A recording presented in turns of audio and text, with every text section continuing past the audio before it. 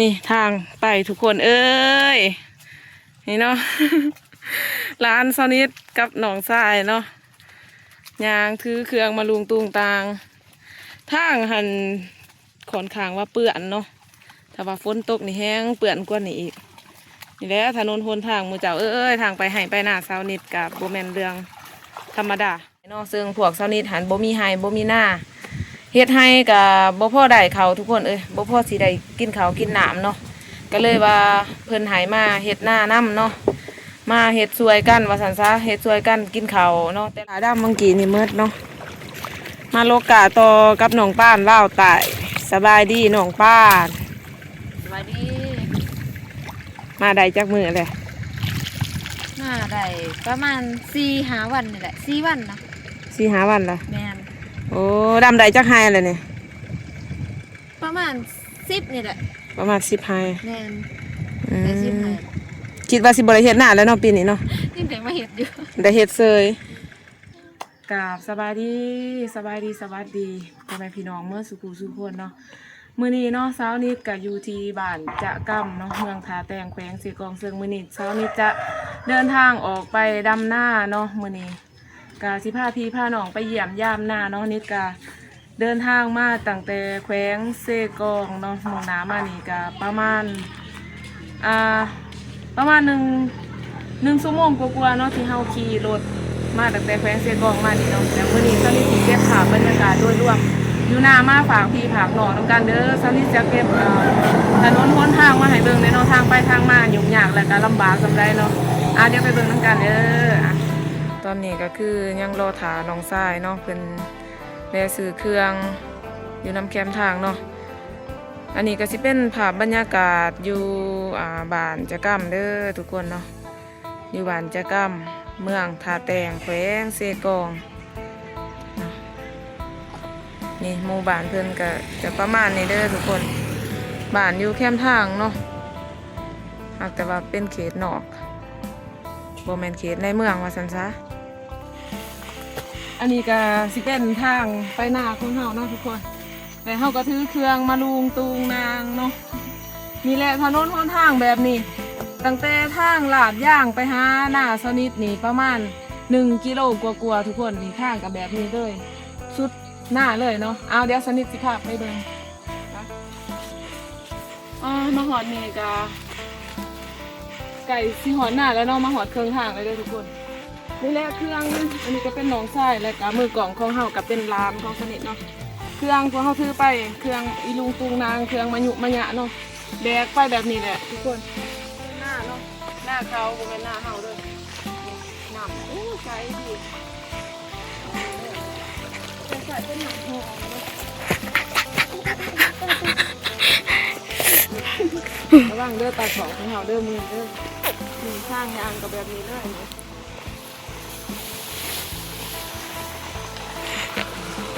หน้าเขาเหมือนคุณกำลังคล้ายหุดเนาะกำลังเตรียมประจำทั้งเฮากับกำลังที่จะนี่ทางไปทุกคนเอ้ยนี่เนาะ ร้านซอนิดกับหนองทรายเนาะยางถือเครื่องมาลุงตุงตางทางหันขอนขางว่าเปื่อนเนาะถ้าว่าฝนตกนี่แห้งเปื่อนกว่านี้อีกนี่แหละถนนหนทางมือเจ้าเอ้ยทางไปให้ไปหน้าซาวนิดกับโบแมนเรื่องธรรมดา เนาะมันมีทางนี้สนิทกระเบน มีทางนี้ข่อยกระเบนตัวเนาะเอาตุนจำบูเนี่ยบูน้ำต่อไปแต่ว่าทางนี้เป็นทางที่ว่าหมู่บ้านทางประชาชนหมู่บ้านนี่เนาะพากันเที่ยวไปให้ไปหน้าทางไปหน้าได้นี่ทุกคนเลยเนาะระยะการเดินทางของเฮากะประมาณ1 กิโลกว่าๆเนาะจากทางลาดยางไปหน้าเพื่อจะหอดจุดหมายปลายทางกับประมาณ1 กิโลกว่า1 กิโลกว่าอะไรกะสำหรับเวลาการเดินทางของเฮากับสิประมาณ30 นาทีเนาะประมาณ20 หรือ30 นาทีเนาะ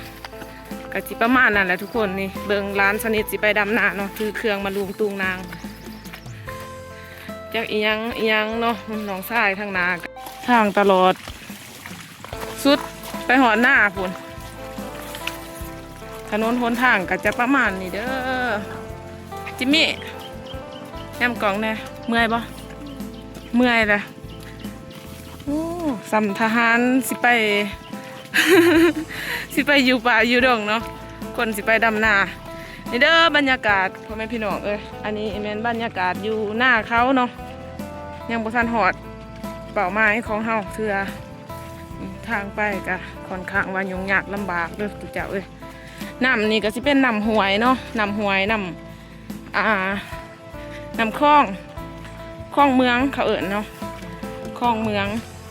สิเป็นน้ำห้วยเนาะเพิ่นอัดขึ้นมาใส่ให้ใส่หน้านี่บรรยากาศโดยรวมบรรยากาศโดยรวมจ้าเป็นกำลังดำเนาะทางนี้เนาะ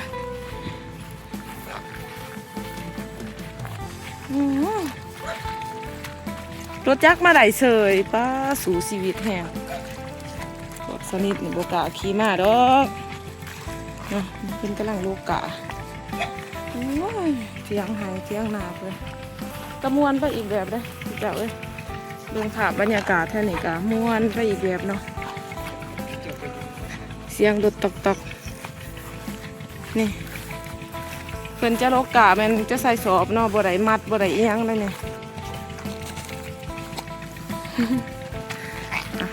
โอเคตอนนี้เฮากะเดินทางมาหอดจุดหมายปลายทางของเฮาแล้วเนาะตอนนี้ซอนิดก็อยู่หน้าเนาะอยู่หน้าอยู่ที่บ้านจะกำเมืองทาแตงแขวงเซกองเนาะและอันนี้ก็สิเป็นเทียงนาเด้อพี่น้องเป็นเทียงนาเนาะหน้านี้เป็นหน้าเสาเด้อทุกคนเนาะเป็นหน้าเสาที่ว่าจังไรแบบว่าความหมายว่าเฮ็ดหน้าแล้วปั้นเข่านะเฮ็ดหน้าอันนั้นปั้นเข่าน้ำกันเนาะปั้นเข่ากันนะนี่กระบสร้างศิวาเนาะเป็นหน้าเสาเนาะเอาเข่า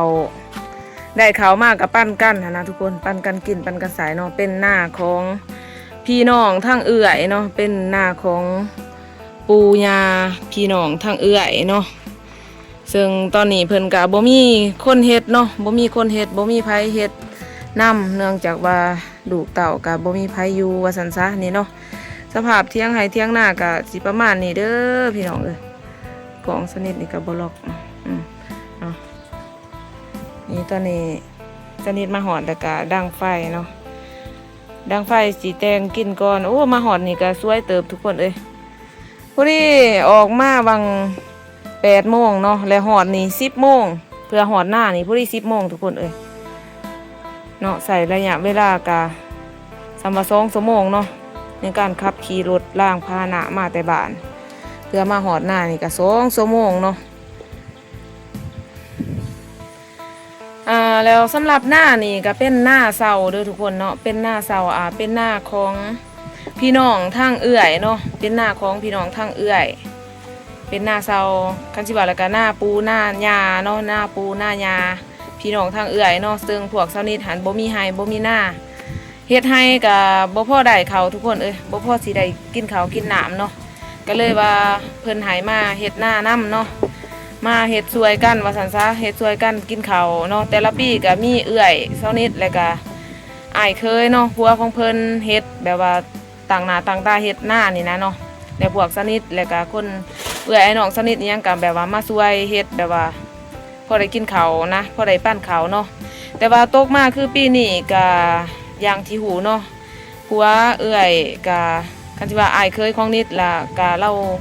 ก็บ่อยู่แล้วเนาะก็ย้อนเราเฮ็ดเรื่องที่บ่ดีหั่นแหละเนาะเฮ็ดเรื่องที่บ่ดีหั่นแหละเราก็บ่อยู่แล้วแล้วบัดนี้คือหน้านี้ก็บ่มีคนเฮ็ดบัดนี้ทุกคนบ่มีคนเฮ็ดเนาะแล้วบัดนี้ก็เลยพวกสนิทเนาะแล้วก็ครอบครัวพวกสนิทแล้วก็พวกเอื้อยเนาะตอนนี้ก็เอื้อยเราอยู่เอื้อยเรามาบ่ได้เนาะเราก็อยู่บ้านอยู่เอาหลานอยู่เอาลูกน้อยเนาะแล้ววันนี้ก็มีลูกของเพิ่นมา2 คนเนาะนางจิมมี่กับนางแจมจันเนาะ มา2 คน2เอื้อยน้องเนาะสำหรับครอบครัวของเอื้อยแล้วก็มีครอบครัวของพวกสนิทเนาะมีพ่อสนิทแล้วก็น้องสาวสนิทแล้วก็น้องชายแล้วก็สนิทเนาะมาเฮ็ดช่วยกันทุกคนเฮ็ดช่วยกันพอได้กินข้าวกินน้ำเนาะพอบ่ได้ซื้อเพิ่นว่าซั่นซะซื้อจำนวนน้อยก็ยังดีได้ทุกคนเนาะซื้อจำนวนน้อยก็ยังดีกว่าเฮาซื้อจำนวนหลายนะเฮาก็มาเฮ็ดพอได้กินข้าวกินน้ำเนาะพอได้ปั้นข้าวปั้นน้ำนี่แหละทุกคนเอ้ยเดี๋ยวตอนแรกเนาะสนิทกับสิทายสภาพให้หน้าตากะให้พี่ให้น้องเบิ่งเนาะตอนนี้สนิทกำลังจะแต่งกินแต่งอยู่เนาะเพราะว่าตอนนี้ก็พอดี10 โมงเนาะใกล้จะเที่ยงแล้วสนิทจะแต่งกินเพื่อคนที่ลงหน้าเนาะเขาขึ้นมาแล้วก็ให้เขาได้กินข้าวเลยนะแล้วถ้าสนิทจะลงไปดำนาแม่นตอนแรกเนาะจังได๋ก็ฝากเบิ่งตอนต่อไปเนาะอากาศเย็นหลายทุกคนอากาศดีทั้งนี้เนี่ยอากาศดียอมรับเลยอากาศดีบรรยากาศดีอากาศนี่บ่หนาวเกินไปแล้วก็บ่ร้อนเกินไปเนาะพออยู่ว่าซั่นซะอากาศแถวนี้แม่นพออยู่แต่ถามว่าเลยไปเมืองท่าแต้งอีกก็ออกหนาวได้บัดนี้ทุกคนเนาะออกหนาวเลยไปปากซองอีกก็แห้งหนาวไปอีกแต่ว่าคันอยู่นี่ผู้ที่เป็นจุดระหว่างกลางเนาะระหว่างอากาศหนาวกับอากาศร้อน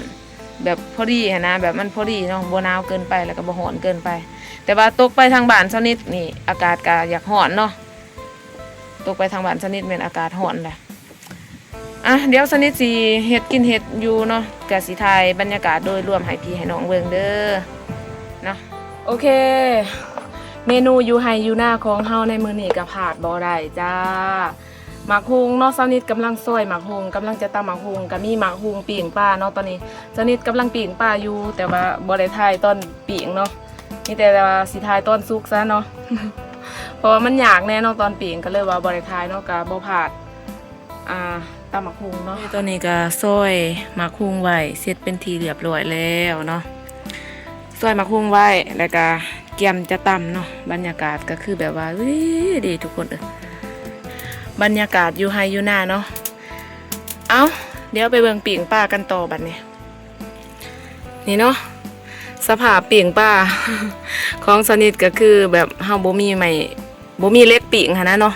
เฮาก็เอาไม้เสียบแบบนี้เลยป้าก็เป็นป้าตลาดเด้อทุกคนเป็นป้านิ่นเนาะเป็นป้านิ่นป้าตลาดที่ว่าสนิทซื้อมาเนาะเพราะว่าบ่มีคนหาปลาทุกคน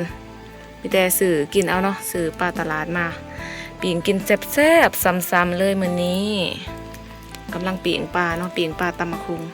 มาบัดนี้ก็หอดเวลาหน้าที่ที่เฮาสิลงดำไห้ดำหน้าเลยเด้อพี่น้องเนาะทีมงานเฮา ทีมงานสร้างภาพนางจิมมี่มาดำหน้านี่เด้อให้หน้าตากะเดี๋ยวสิถ่ายให้เบิ่งนี่เอาให้หน้าตากะเฮาก็ดิอันนี้มันพ่วมขาดแล้วนี่ก็แม่นกำลังเริ่มดำเนาะทุกคนเนาะกำลังเริ่มดำหนำกะพอดีเหมาะเจาะเนาะนี่หน้าที่ว่ายังบ่ทันได้ดำแถวนี้ส่วนร้ายเขาเจ้าก็เฮ็ดหน้าสุดกกสุดปลายกำลังดำเนาะ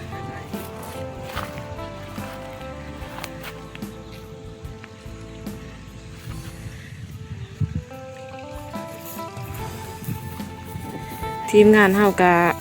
ประมาณ4-5 คน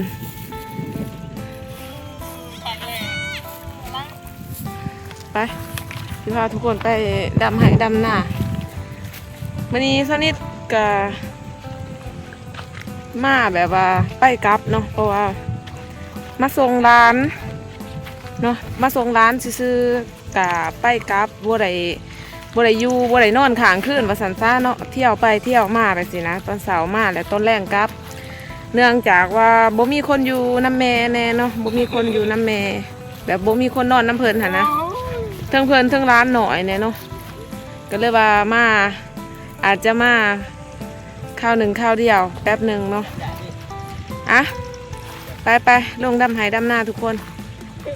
มาเด้อมาดำหน้าสวยกันเนี่ยเด้ออันนี้ทีมงานตัวเล็กยังแจมจันมาจากมือเลยทิศหนึ่งเลยเจ้าก็ดำนาเป็นบ่เป็น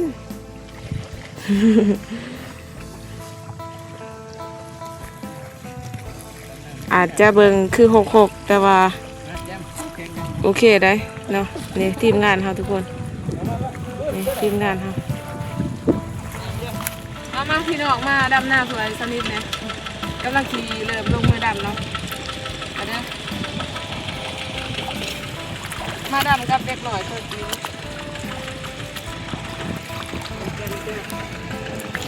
ดำหน้าเป็นเด้อสนิทอีก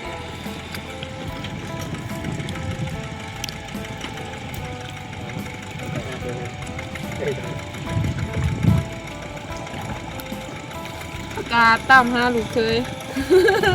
มาสวยเห็ดหน้ามาสวยพอเผาเห็ดหน้าเลย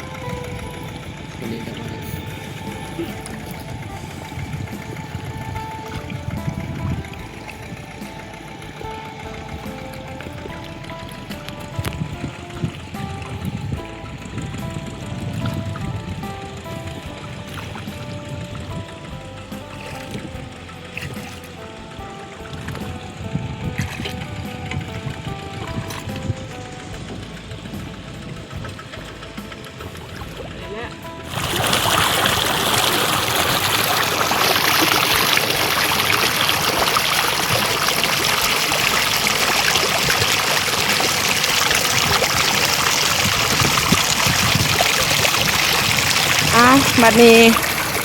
กะมืดเนาะกะมืดแล้วสนิทก็เลยสิได้มีหน้าที่มาโลกกะโตเด้อปวดเลย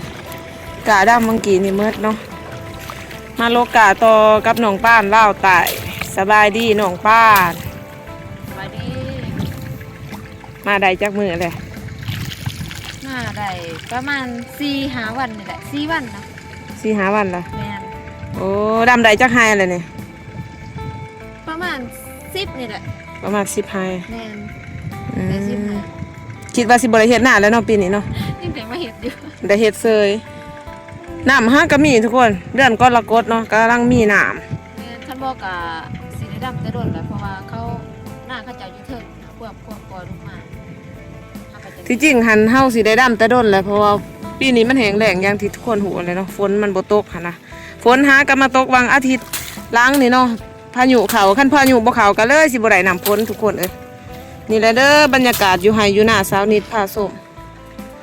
เนาะก็พาพี่พาน้องมาส้มบรรยากาศ